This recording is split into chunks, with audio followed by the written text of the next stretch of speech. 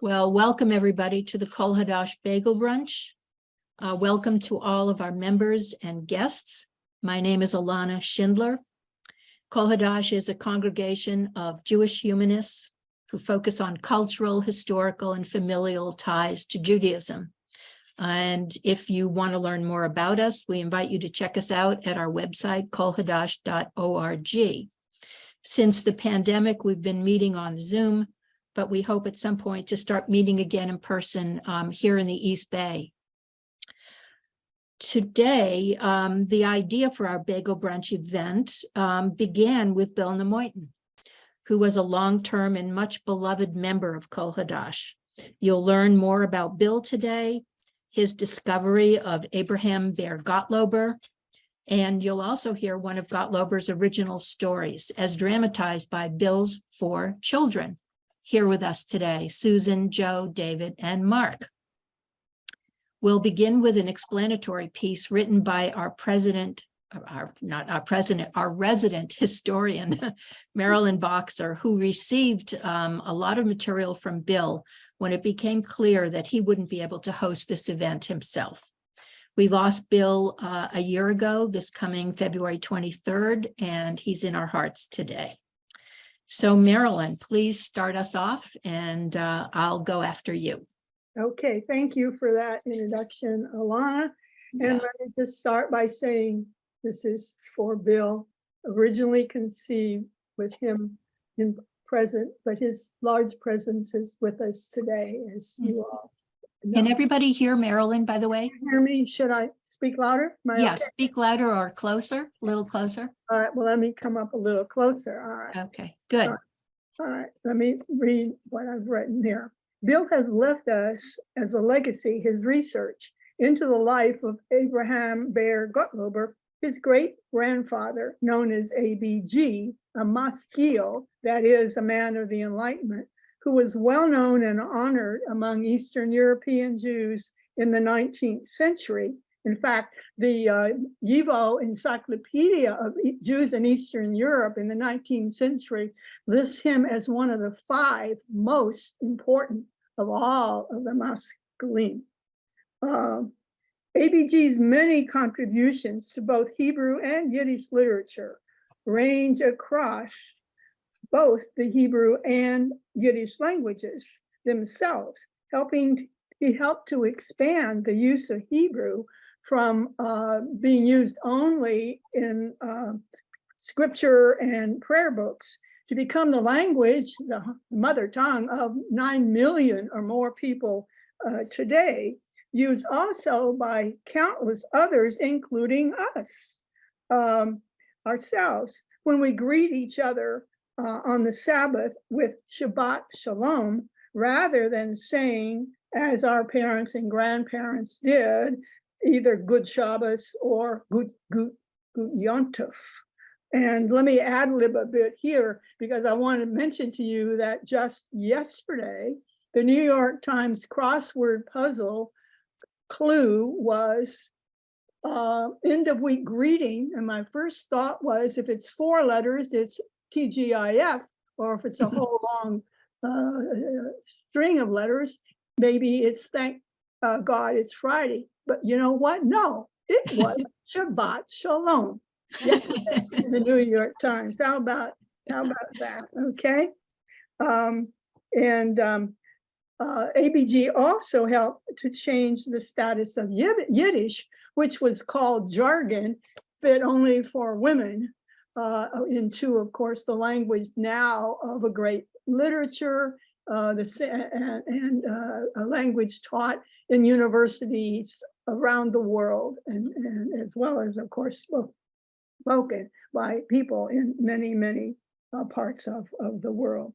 So most of Jews today, including us, who greet each other with Shabbat Shalom, are the beneficiaries of Bill's great-grandfather, ABG, whom he learned about only at the age of 62. Also following ABG's example, Bill traveled widely to perform in many venues, both musical and literary, including, of course, his unique Hornman shows, which he played not only for us in Kol Hadash several times, but around the world. The show in which he played 15 different horns collected from around the world. He also published 2 books, a memoir entitled It All Started with a Trombone, and a family history, The Shoemaker's Dream, a Jewish American immigrant story that in his delightfully novelized version follows Bill's family from Stettin, Poland to Cleveland, Ohio, where Bill was born in 1928. Up to his last days, Bill pursued new interests, including the exploration into the life and work of his esteemed forefather, the unfinished work that we share today. And I want to mention that speaking with him only a week or 2 before he passed away, I promised Bill that I would continue working on this project. And so I feel really good that we are fulfilling that promise to Bill today. Okay. Thank you, Marilyn. All right. So also, like ABG, Bill rejected all that is supernatural, including the superstitions found in traditional Jewish religion. An avowed atheist, he found his spiritual home in secular humanistic Judaism, notably in Kol Hadash, the Bay Area affiliate of the Society for Humanistic Judaism. However, Bill too retained respect and love for the old traditions, even sending to France to commission a translation of a Gottlober story from Yiddish into English.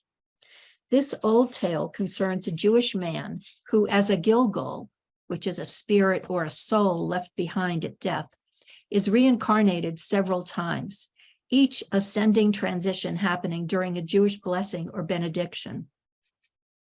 One part tells of the Gilgul in the form of a pig, while it has managed through earlier incarnations to survive until reincarnation. Now it seems stuck.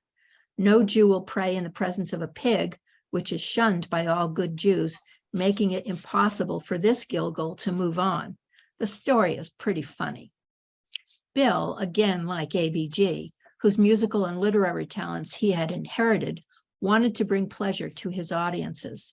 Many of us enjoyed his wonderful hornman shows, performed multiple times for Kol Hadash in Berkeley, as well as in libraries, schools, retirement homes, veterans hospitals, museums, schools for the blind and developmentally disabled, and in states across the country. Though Bill's career took many turns, including stints as school music teacher and arts administrator, band director, symphony orchestra manager, synagogue administrator, and more, his work usually involved musical offerings. As Bill shows clearly in his autobiography, music was central to his life, and he shared that passion with family, friends, and countless audiences. He was one of the lucky people who can earn their living doing what they love, and in Bill's case, be loved for it. So this program is dedicated to Bill in memory.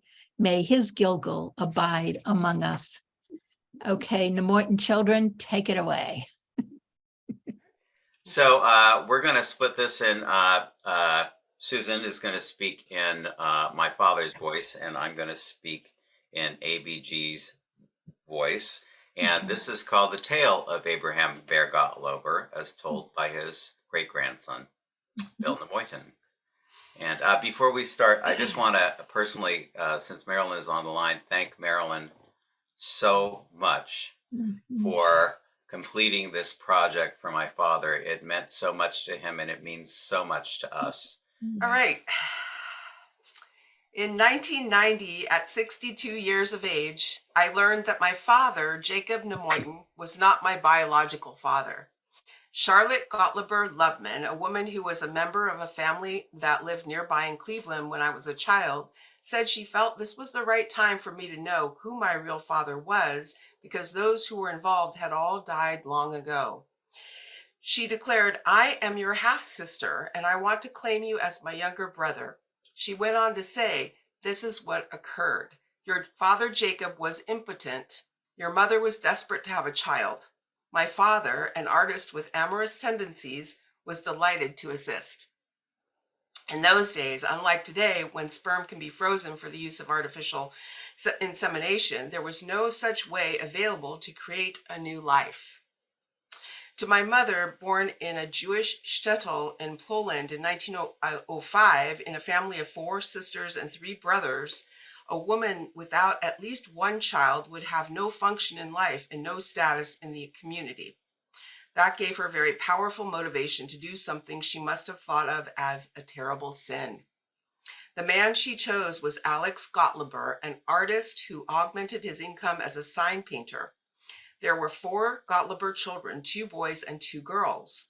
During the Depression of the 1930s, Hyman, the oldest of the Gottlober offspring, who was also an artist, sign painter, had come to live as a boarder in our Cleveland home along with his 10-year-old son, Louis. I recall Hyman telling me with great pride that his great-grandfather was a famous Jewish person whose name could be found in the Encyclopedia Judaica. That man was Abraham Baer Gottlober, who was therefore my great-grandfather as well. He is the subject of this paper. My research has proven to be a goldmine of information about a fascinating man who played an important role in Jewish history. I want to share that story with you. One man stands out as the leader who desired to broaden the horizons of his fellow Jews. It was Moses Mendelssohn, the great German Jewish philosopher born in 1729. A brilliant man, Mendelssohn studied and became fluent in Latin and other languages.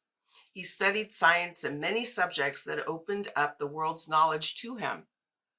Moses Mendelssohn was the grandfather of the gifted composer Felix Mendelssohn and his sister Fanny, who was also an accomplished composer. It was the writings of Moses Mendelssohn that spread across Europe, inflaming the minds of the young Jews of Eastern Europe in a movement known as the Haskalah, or Enlightenment. This story is about one of those young men, my great-grandfather. To me, what is most significant is that the Haskalah was the planting of a seed that initiated the whole process of broadening Judaism beyond the borders of Orthodoxy.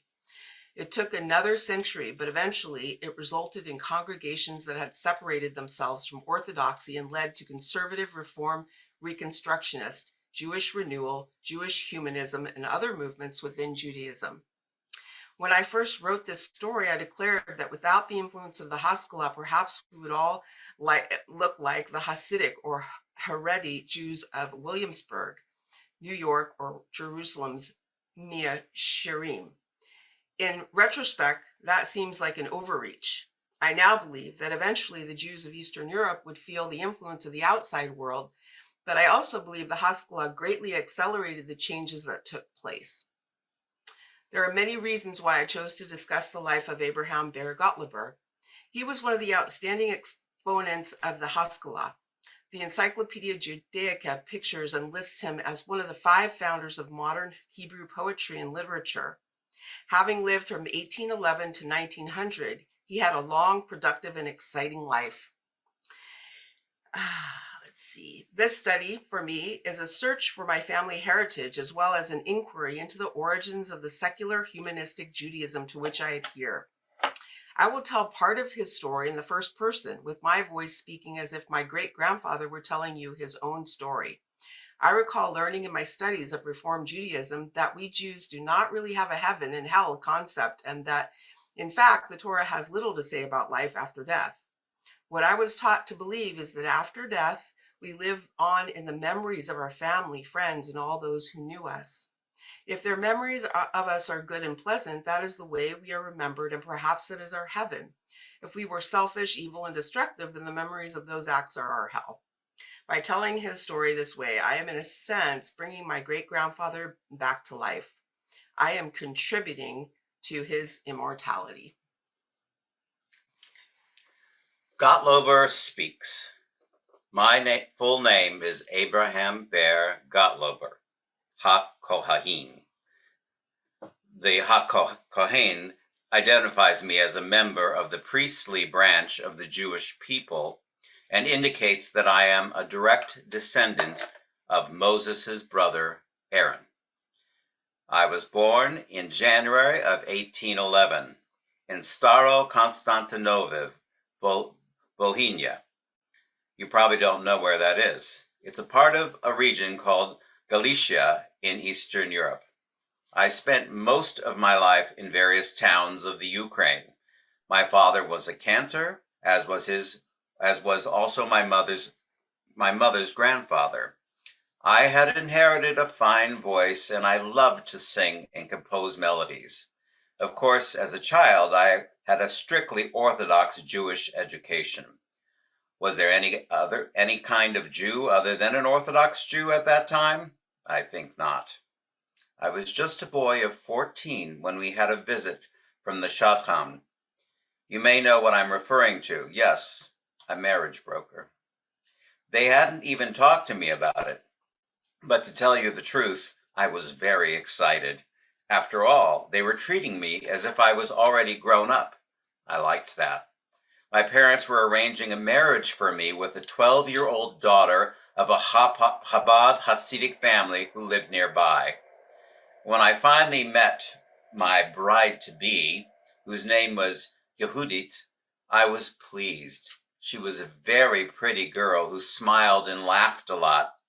We seemed to be perfectly matched, something that doesn't necessarily happen in arranged marriages. After our wedding in 1824, I moved into my bride's home and was supported by my new father-in-law. I was able to spend my time in religious studies. I was especially interested in Kabbalah, the study of Jewish mysticism. In 1827, my wife gave birth to a fine boy we named Shneur Zalman. At that time, child marriages among Hasidic Jews was fairly common. 14 through 16-year-old boys, after they married, would spend all their time in Jewish studies of the Torah and the other holy books, only learning to read biblical Hebrew and in some cases not even understanding it very well. Often that was all the reading that they were doing. Their wives, probably more familiar with local languages than they, were likely to engage in some kind of gainful employment. Except for the treatment by my dominating mother-in-law, I was content in my new home and life was good. Unfortunately, as happened frequently at that time, the government was seeking conscripts for a 20-year-old ordeal as a soldier in the Tsar's institutionally anti-Semitic army. Many young Jewish men who were drafted never returned or came home broken men. I was 17 and I knew the only thing I could do if I expected to go on living would be to leave the area until the conscription frenzy was over. My father, Chaim, came to me one day in a state of great excitement and told me the recruiters were on the way and we must flee. Sadly, I had to kiss my wife and my baby goodbye, not knowing when I would be able to return. We fled to the shtetl Ternopil. Well, while there, I met and came under the influence of Joseph Pearl, a remarkable scholar who was well-known leader of the Haskalah. Oi! I didn't realize how well-known Pearl was until I returned home a month later. If I had only known, I would have kept my mouth shut. My father-in-law asked me what I had been doing in Ternopil. I had no idea why he was so upset. When I told him about spending time with Joseph Pearl, after we spoke, he went to his rabbi for advice. Upon his return, he came into the house in a rage. He demanded that I divorce my wife. I was stunned and didn't believe he was serious. Why would he say such a terrible thing? But I soon learned he was deadly serious. The Hasidic Jews had a deep-seated fear of the Haskalah. The rabbis felt that the promoters of the Haskalah wanted to make changes that would rob them of their authority and power over their community. I was crushed. I loved my wife and my 3-year-old baby son was very attached to me. They were taken from me. I was evicted from the home of my wealthy father-in-law, and I was suddenly without material support. A short time after that, my own father died. I know you will understand why I developed a hostility toward Orthodoxy and to Hasidim in particular. I became interested in writing. It was those feelings that motivated much of my writing from then on. I was angry and depressed. My mother thought a new marriage would help me regain my composure, so at 19 I was married again. We moved to the shtetl Podoli. There I became involved with another Haskalah leader, Menachem Mendel Levin. In the meantime, my heart was further broken when I learned my baby son, who had been taken from me, had died of childhood disease. Those were dark days for me. That is probably why I just couldn't get along with my second wife, and we were divorced. If you ask me now, I don't think I could even remember her name. Even though my interest in the Haskalah had brought me much unhappiness, ultimately it is what saved me. I was determined to point out the errors of the ways of the Hasidim, and I was inspired by my great Haskalah mentors. And so you might ask, what is the Haskalah? Well, you could call it an intellectual movement among the Jews of Central and Eastern Europe.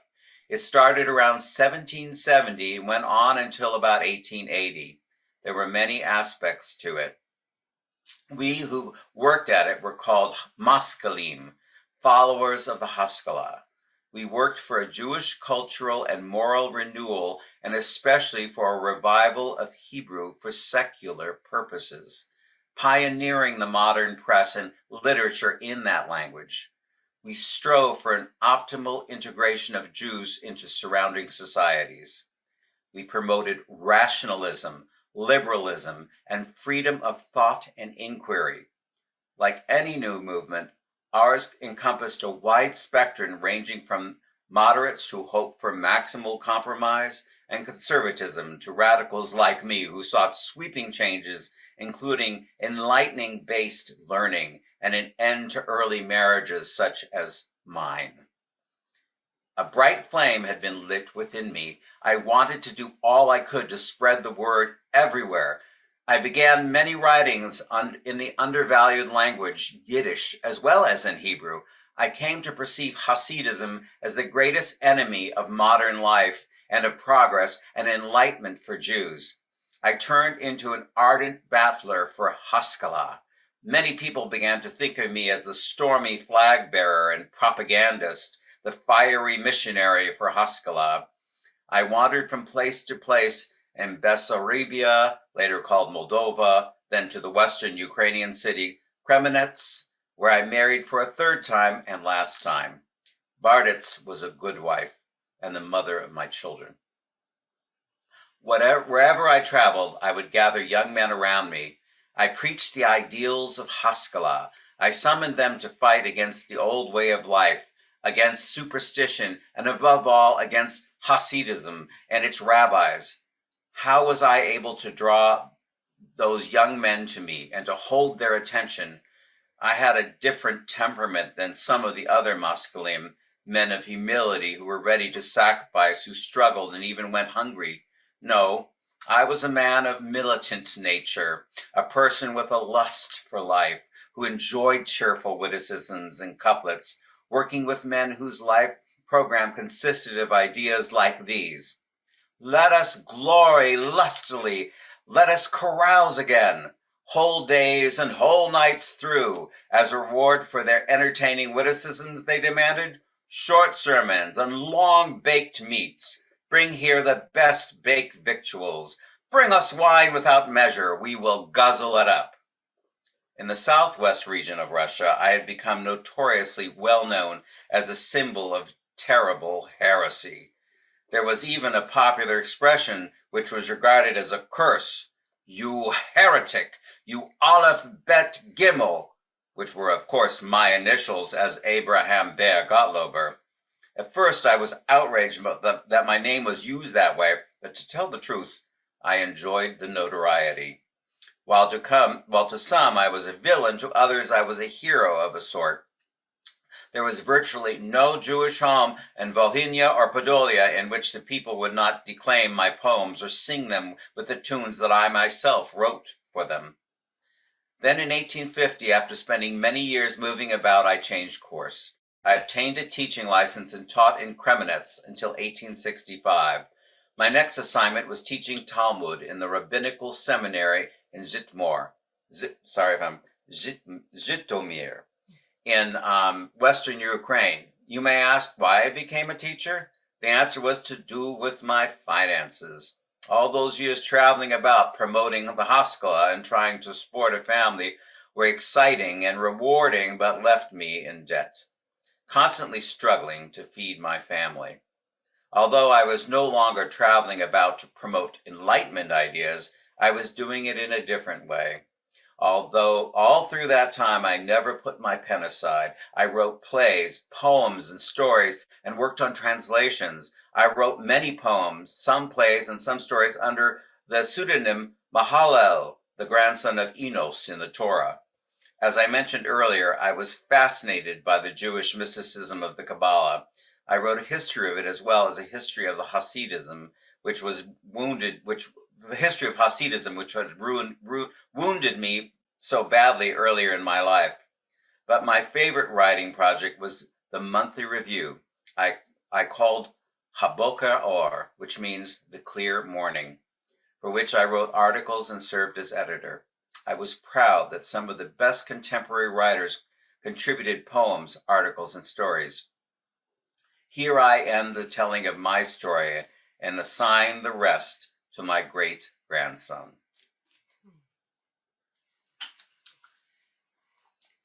Think of it.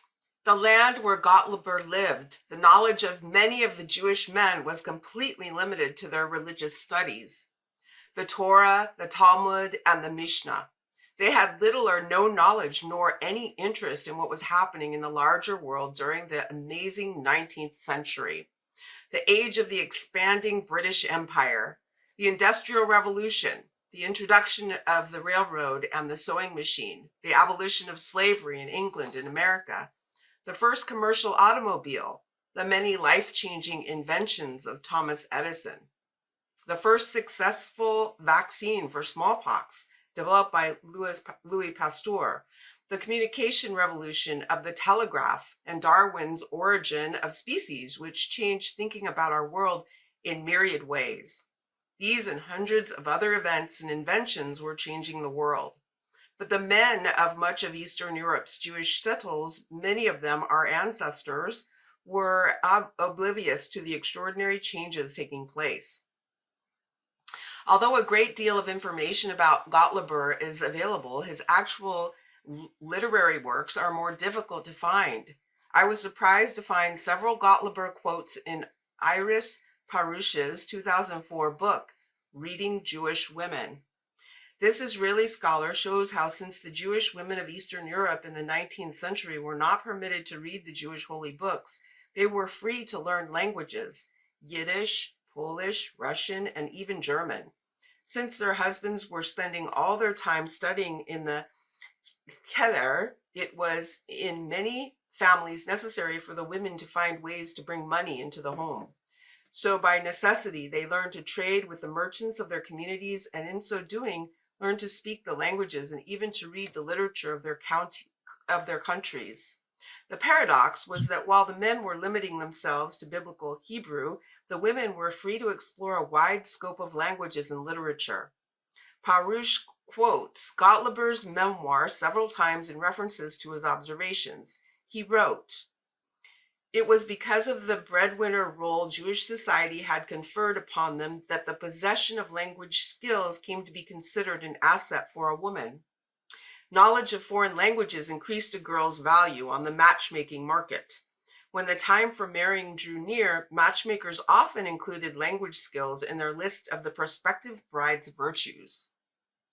Gottlober also observed the distress of the boy groom who enters under the wedding canopy not knowing a thing about a man's way with a woman. He blames it on the complete lack of sources from which he might learn about sexuality. A boy of 9 or 10 already knows something about the rabbinic laws relating to finance and what is permitted and forbidden, and about the laws of marriage and divorce without knowing a thing about a man's way with a woman, although, of course, the cleverer boys could figure things out. Gottlober believed that reading popular novels could have supplied the young groom with the necessary information and spared him some mortification. but boys at that time had yet to begin reading novels, implying that those who did read fared better. Girls who read novels were more mature and prepared for life than the boys were. Biographical stories about Gottlober's life state that sadly, he became blind in his old age and died in poverty and neglect in 1900 in the city of Bialystok. I find that hard to believe. He had a son named Hyman who, according to family records, was an attorney. He also had a son-in-law in Dubno, a rabbi named Bornstein. An essential part of Jewish tradition has always been to value family members and take care of them in their old age. In the course of my research, I reached out to the Yiddish Book Center in Amherst, Massachusetts. I was contacted by David Mazauer of their staff, who told me he was very familiar with the work of Abraham Baer Gottlober and had no idea that any of his descendants were still alive and that they lived in America. I asked him where I could get translations of Gottlober's work. He referred me to a Daniel Kennedy who lives in Paris and who sent me copies of his translations of some of Gottlober's work. I hope through this small retelling of his story to rekindle interest in this important forebear of mine and of all enlightened readers. Thank you. Thank you. Okay, so this is the story that Dad had commissioned to be translated, the Gilgul. It's interesting because it deals a lot with, it's a humorous story and a satire, but it also deals with the Kabbalistic ideas about reincarnation, which are very similar to Buddhist views on reincarnation, which is something I didn't know about at all. So it's kind of fascinating. So here he goes. The Gilgul, a member of the, and forgive me if I mispronounce Hebrew words, a member of the Chevra Kadisha Burial Society recounts how, with his own eyes, he saw a dead soul, a Gilgul, which divulged all of the secrets of who it had been. As is usually the case for a novice member of the Chevra Kadisha, he says, my occupation was to sit with the sick, often those who were drawing their final breaths. I am something of an expert when it comes to that. When I lay a feather under someone's nose and it does not move, I know for certain that the patient has died, and then I can give him the proper burial he deserves. Believe me when I say that what modern Enlightenment figures insinuate, namely, that Jews bury their dead too hastily, is a falsehood and fabrication pure and simple, an outright lie. We never bury a single Jew too early. I can assure you the feather is the best indicator. If the feather does not move, then why would one not bury the corpse? Naturally, if the feather does move, then one should not inter the patient with undue haste. My forefathers were not crazy, upon my word, when, as sometimes happens, they found themselves compelled to slap a corpse in the face when it moved, because you can't have it both ways. If you're dead, what business do you have moving? But what if the body is not dead yet, you ask? Nonsense. The test is infallible. A feather had been laid under their nose. What is it then? A ghost? An evil spirit? God help us. But that is not what I wish to talk about. I want to tell you a story of something I witnessed personally when I was a novice. Before we begin, I want you to know that I'm not one of those old odd fellows who'd believe a cow jumped over the roof. I'm a simple Jew. I don't believe in nonsense. I'm not afraid to go out at night, though bad things do happen. I'm not easily scared. I once found myself compelled to sleep in a house where there was no mezuzah, and yet I slept soundly. I tell you this to assure you, I'm not about to sell you a cock and bull story, but the pure truth. You can believe me. The story goes like this. Once, having buried a body, I lingered at the cemetery afterward. I was supposed to deal with another body and put up a headstone. At the same time, as is our custom, I took a few snifters of brandy and the leftovers of a cookie, recited prayers over the dead, and, as is my habit, made my way home in high spirits. On the way, I passed the house of the Jew I had buried a few hours before. As per Jewish custom, there was already a candle burning in his window. Next to it was a glass of water and a piece of canvas serving as a makeshift hand towel. And what's this? Who do I see standing there washing and drying himself but the dead man himself? Now, I'm no coward, so I approached the window and addressed the soul. That was fast. You got here before me. Though I suppose it's not surprising, seeing as you dead can flout the laws of gravity. Blessings to the good Lord that we meet again, a sign that you have already overcome your hurdles and the angel of death has let you out of his clutches. Naturally, I regard this meeting as a great privilege, for it is a considerable honor to see a ghost. I've heard stories that in the old days the dead would visit holy men after prayers of salvation. Gottlober adds a footnote here. He's playing with the Yiddish expression geben tiken and trinken tiken.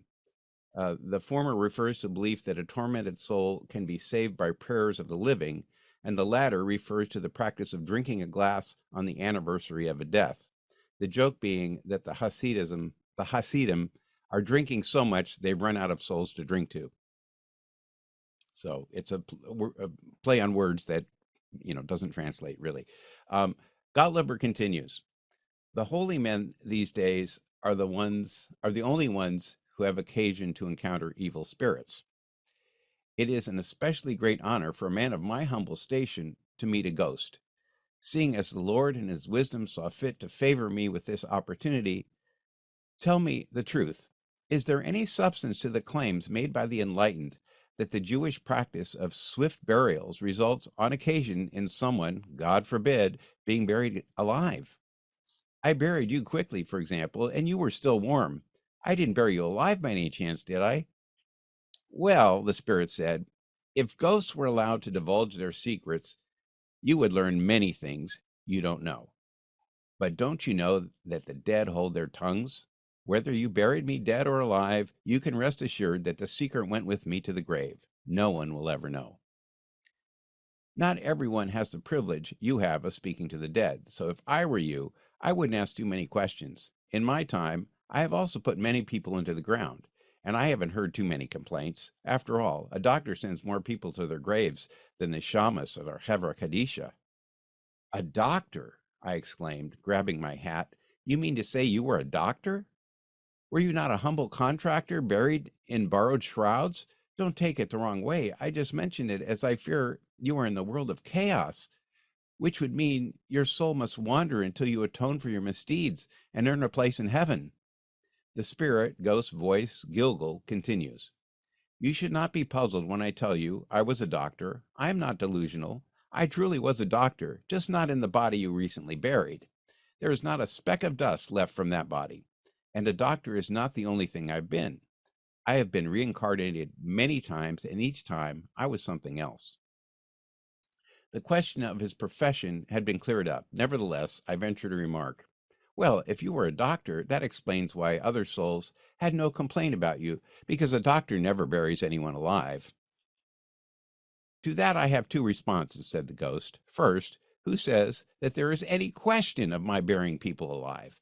Certainly, they may complain that I had a hand in their premature deaths. Second, you should know that doctors have a part in most burials, as no interment can take place with a doctor's note. But that's enough of such talk. You have already cheated me out of half an afternoon. You almost got out of me that which I did not wish to tell you. Now, let us not speak of it any more, and, my dear Hevraman, stop interrupting. Don't forget that you are speaking to a Gilgul. With these words, the soul shot me a withering stare, and for a moment, I did feel frightened. I'm not afraid of normal, everyday ghosts, but a Gilgul? That is something else entirely. A Gilgul is no laughing matter. One must not let one's guard down around a Gilgul. It is, after all, God help us, a kind of dybbuk. But on further reflection, I realized that if it was the good Lord's will that I speak to a Gilgul, then I should probably listen to what he has to say, so that I could pass on the information to the holy men that they should intercede for his repose. So I plucked up my courage and asked the soul, do you not, my dear soul, wish to recount what has happened to you since your wanderings on earth began? Perhaps I can do you a favor. I will study Mishnayos on your behalf.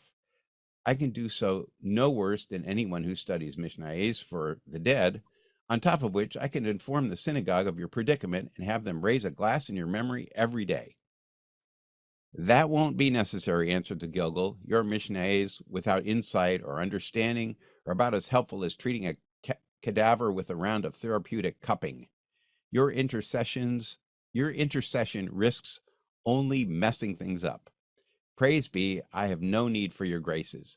I have already made amends, and the body you have just buried will be my last Gilgul. My transmigrations have come to an end. But I will humor you and tell you about all my incarnations, so that you may write it down and people may read it. Who knows? Perhaps there is a moral to be gleaned from it, and it will be of some benefit to others.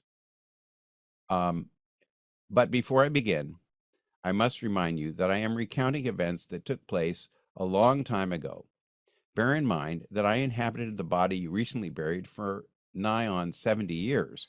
Moreover, there may occur elements in my stories, the likes of which still take place in our modern times. May no one think that I am speaking of him. It could just happen that a reader is precisely the same as I was in one or another of my Gilgulim. After all, what have I not been? These resemblances are nothing but pure coincidence, as my Gilgulim were in the distant past. Now listen closely. I am about to begin my tale. The first time I was born, a human, my parents had been unable to conceive for many years. People began to say to them, "Why hold your tongue? Go to the Rebbe. Who else can help you? The Hasidim hold the key to childbirth." But my father wanted no truck with the Rebbe, believing that only God himself had his hands on the key. If ever a Rebbe did manage to help a woman become with child, it is by means of a duplicate key. For this reason, he did not want to go to the Rebbe. But a woman is no man. My mother listened to the advice and had dealings with wonder rabbis, a Hasidic rabbi thought to perform miracles, behind my father's back. She went to see them, all until finally one of them succeeded. He needed many prayers and considerable effort to drag my soul from the world of song into my mother's belly. And parentheses, according to the Kabbalah, the world of song is the heavenly world where music originates. My mother was no longer barren, and fortune blessed her with a pregnancy. My father believed that God had blessed him in his old age, having no faith in wonder rabbis, but my mother knew the truth, that the holy men had interceded on her behalf. Gottlober told 13 tales of the adventures of this reincarnated Gilgul, in which he directs more of his satirical arrows towards his favorite target, the Hasidim. He also expresses his disapproval of unethical business practices by his fellow Jews. I'll let my sister Jo continue. Okay.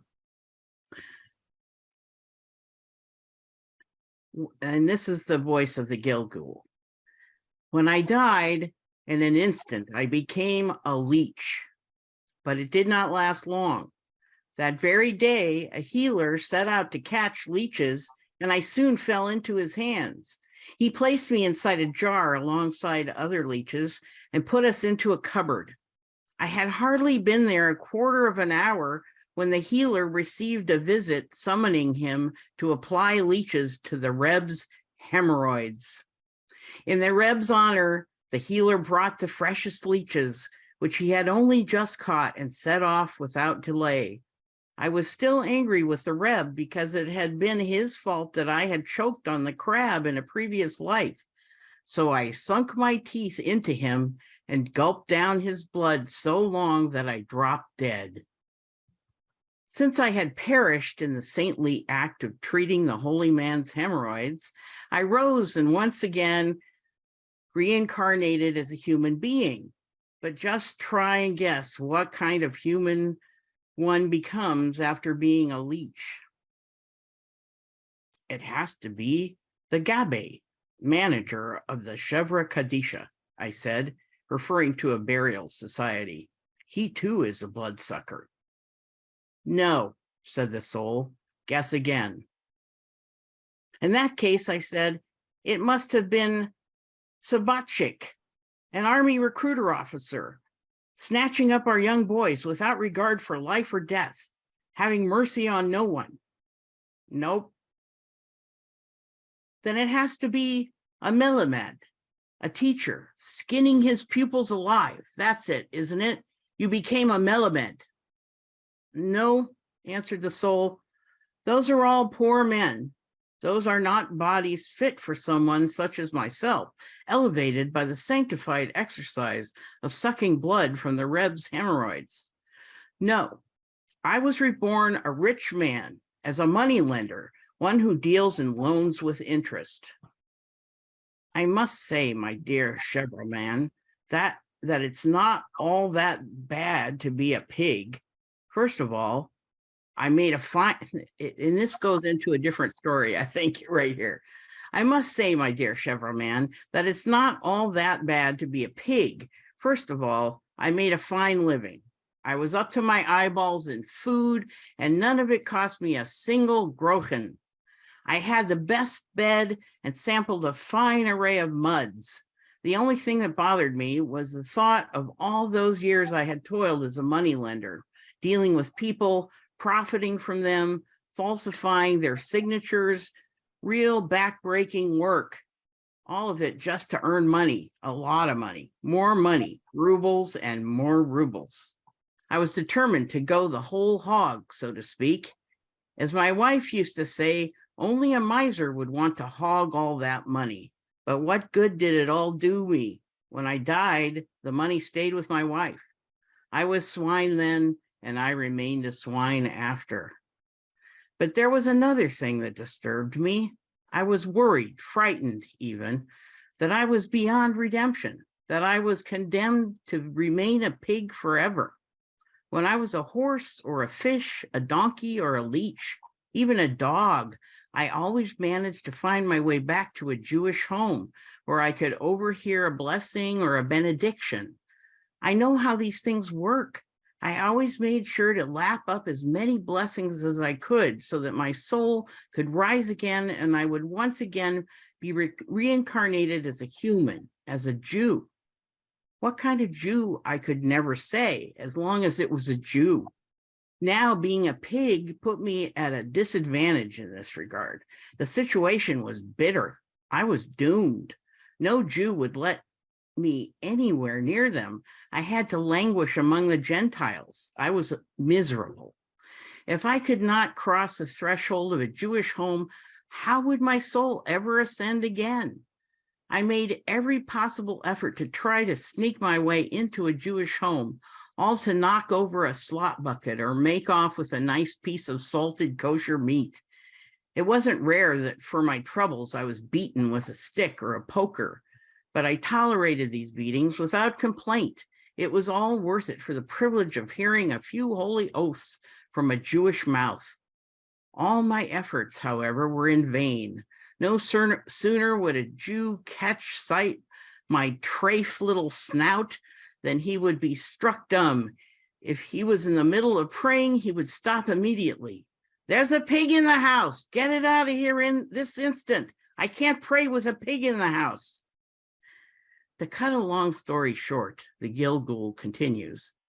I ended up wandering and wandering, unable to elevate my soul until I had grown round and fat. In the end, I wound up stabbed, singed, and hacked into pieces. My flesh and my fat were used for various things, and a large part of me ended up being made into sausages. This turned out to be my salvation, as you will soon hear. My sausages were brought into a Gentile inn, and it wasn't long before a crazy Jew appeared and ordered a sausage. He doffed his hat and in complete earnestness recited a benediction before enjoying his meal. Hearing these words, I interrupted the soul and said, I'm not sure I understand. Why are you telling me about a mad Jew? You think I'm a simple Heverman who doesn't know the ways of the world? There are plenty of Jews out there of perfectly sound mind who will sneak a bite of forbidden sausage. Yes, said the soul, you're entirely correct. There are even those who eat sausages out in the open, and they are perfectly sane. but a sane Jew who eats sausages does not let slip a benediction. My entire good fortune stems from that blessing. For as soon as I heard those words, my soul was elevated, and I was on my next Gilgul. I was reborn as a pious Jew, a contractor who goes to auctions, not to make a deal, but to collect penalties, hence the transmigration from one swine to another. Now the Gilgul moves on to his next reincarnation. As soon as they'd laid me in the ground, the angel of the dead came and asked me, "What is your name, boy?" May my enemies know of their lives as much as I know how to say my name. Dead drunk and burned to a crisp, and after all that, I'm expected to remember my name? I didn't answer him and refused to say a word. He was ready to get to work, to give me a bit of a flogging, as is his habit with dead souls who refuse to tell him their names. But it's hard to know where to whip someone whose every part has been burned to a cinder. Whipping a lump of charcoal? And so without further ado, he announced my sentence. Because you have committed heinous acts that you learned from your teacher, he said, and then cleansed your body in the ritual baths, because you poured an entire Gehenna's, that's hell's worth of fire inside you, believing that the cold waters of the ritual baths and the punishing sting of snow on your naked body would extinguish the flames, because you tore your own guts screaming with such an ungainly voice at the Reb's table, saying who knows what, things that could have been better expressed in a gentle voice, and you would have been better off learning something that could be of use to you and the world, because you stuffed your head with foolishness and your heart with false piety. For all these reasons, you are condemned to be reborn as a horse, which always rushes around in water, and cold water to boot, rolls around in the snow, and neighs in an ungainly voice, entirely lacking in reason or understanding, just like you. But there is one difference between you and a horse, and that is that a horse drinks no beverages except water.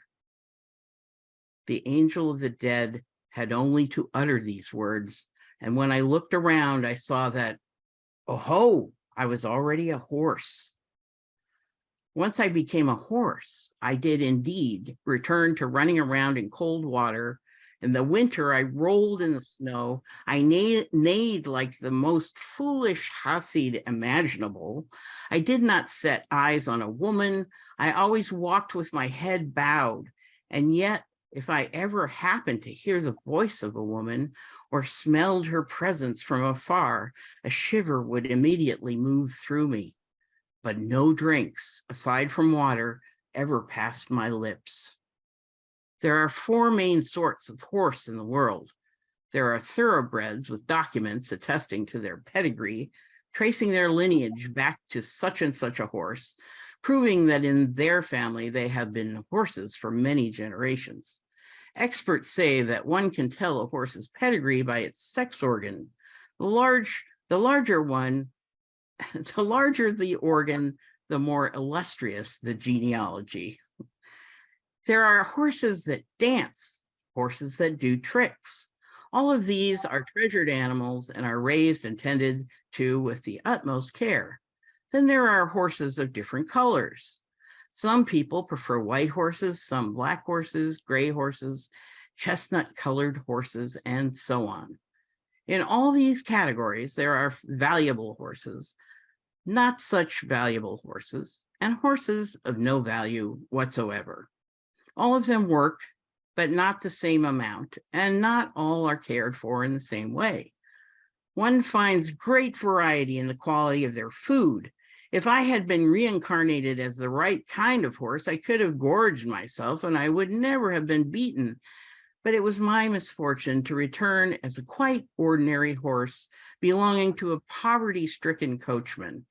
His sole income was earned transporting Hasidic Jews to the Reb on the Sabbaths and on holidays, and if there happened to be no passengers, he would transport clay instead.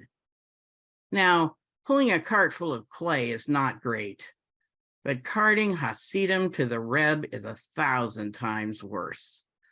They pile onto the wagon, 10 or 15, all one on top of the other, all of them full to the brim with alcohol. They like to spur on the poor, unfortunate horse, which can barely move under the weight. They shout, they hit, they jab and nudge, one with a stick, another with a tobacco pipe, a third with a foot, yet another with a yarmulke, or with his bare hands. They seem to lack all sense of compassion.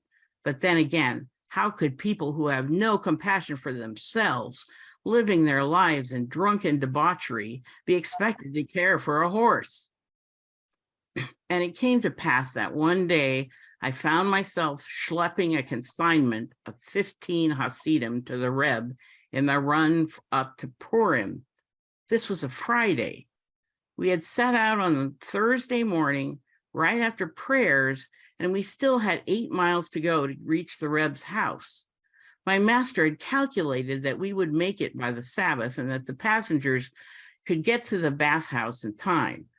But what he had not foreseen was that it would rain on Thursday night and that the downpour would result in extremely muddy roads.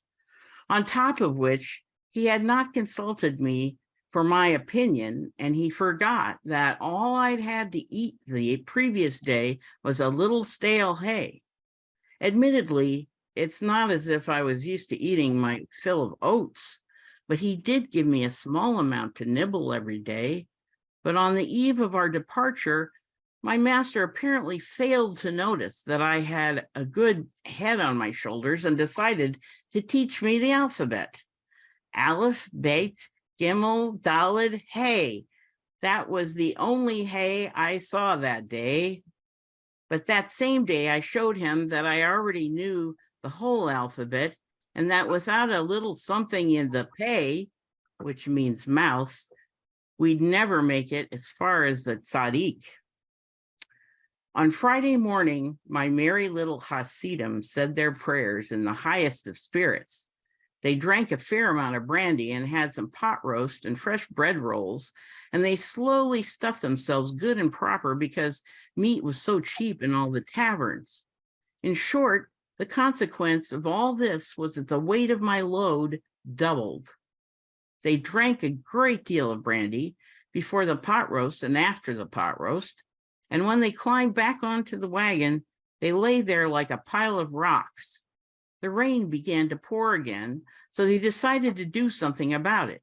2 of the Hasidim who were sitting in the back corners of the wagon held up a mat of rushes, and my master, who was driving, held the corners of the other end in his teeth, so that the entire wagon was covered in a makeshift awning. I pulled with all the strength I could muster, but 2 miles short of the Reb's house, my strength gave out. I could not stumble even 1 step further. I came to a halt in the mud. And then there was a commotion, an uproar.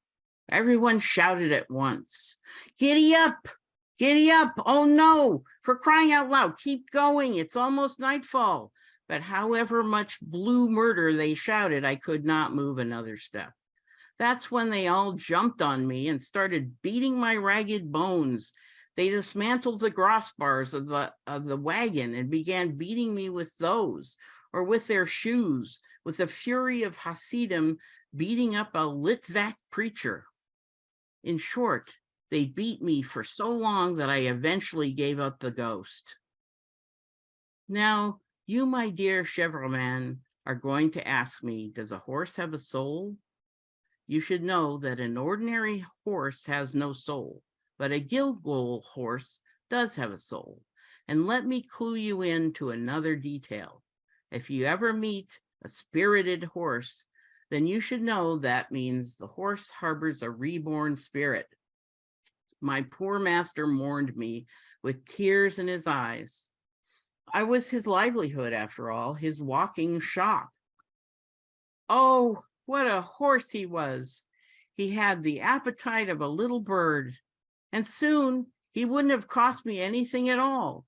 I was teaching him how to fast. And just as he was starting to get the hang of it, he up and died on me. And that's the end of the story.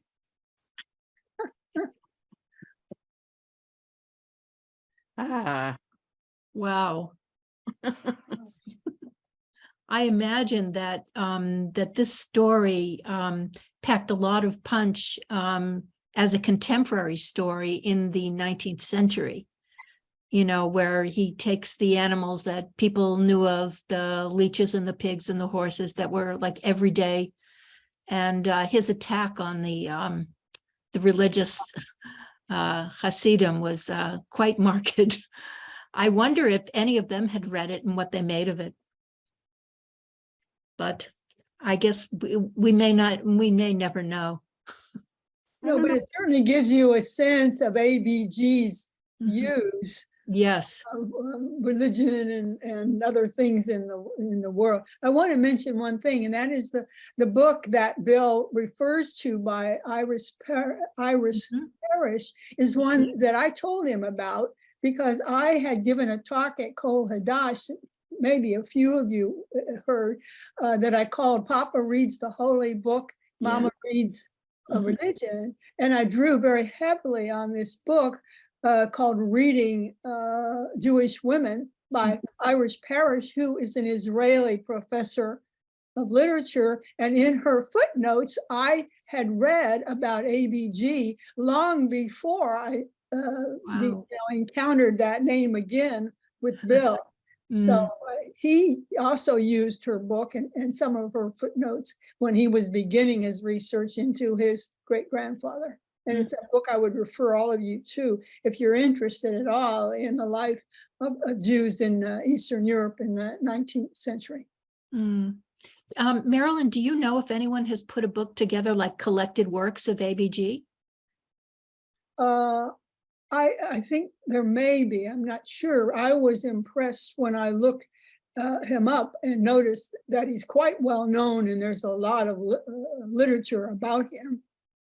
How much of it is available in English, I don't know. And it was good to be reminded of, and I thought that it was the Yiddish Center in Amherst, Massachusetts that helped Bill to discover Daniel Kennedy, with whom I have also been in touch, because Bill had a habit of editing literature that he came across, and we were going to be publishing that version, Bill's edited version of it, without copyright permission.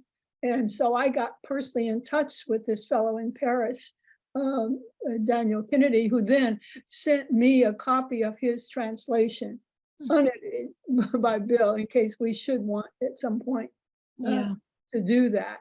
But it's also possible that Kennedy's translation of the Gilgul story could be the first time it's appeared in English. I don't know. I think that it is the first time Dad really looked to find any English translations of it. Okay. That's why he commissioned that short piece to be translated, because it is hard to find them in English. Do we know if that's the entire story? Because it said there are 13. He only had a small amount translated. So there's more to that story, a lot more to that story. Oh, really? Yeah. Wow. If anyone's interested, I can send you the link to the translator, Daniel. That would be great. Yeah. Anybody wants it, let me know. Okay. That's great. Well, just so that people might be interested, we are trying to get a speaker from the Yiddish Book Center for a Kol Hadash Bagel Brunch. That would be great. Yes. So we're trying to make that happen in March, but we'll see. If you want to continue to be in our mailing list, please let me know. That should be very exciting. And we could even, I'm sure he'd be happy to entertain questions about Gottlober as well as others. Are you thinking of an in-person meeting in March? No, a Zoom meeting. A Zoom meeting. Yes. And Let us know. Let me also remind you that if you're interested in this Yiddish Book Center in Amherst, Massachusetts, and how it came about, you should read then Aaron Lansky's book, Outwitting History, which is Mhm. all about how he and they saved, huge numbers. He refers to millions of works in Yiddish. Yeah, it's a great book. If you haven't read it, it's really inspiring and very wonderful. It's marvelous, and it involves interviews with a lot of older Jewish people who had these Yiddish books, stuck away somewhere, thinking they were basically obsolete. Mhm. And they, were saved. And with those books and the establishment of that center, there was a whole rebirth, really, in the use of the Yiddish language. That's right. It's terrific. Well, anything else that anybody would like to say about this? Thank you again, Marilyn, for making this possible. Well, yeah, I mean, I was delighted myself, because I gave that talk at Kol Hadash, and drawing heavily on Irish Parrish's book, Reading Jewish Women, that I have a copy of here in my house. And I found it really very interesting and useful. Well, it was great that you were here for Bill to rely on to finish the project. So Well, thank you. And thank you, Nemoyten children, for doing such a great job of reading the story, etc. It's really wonderful. So I wish you all well, and I think we will end our recording right here.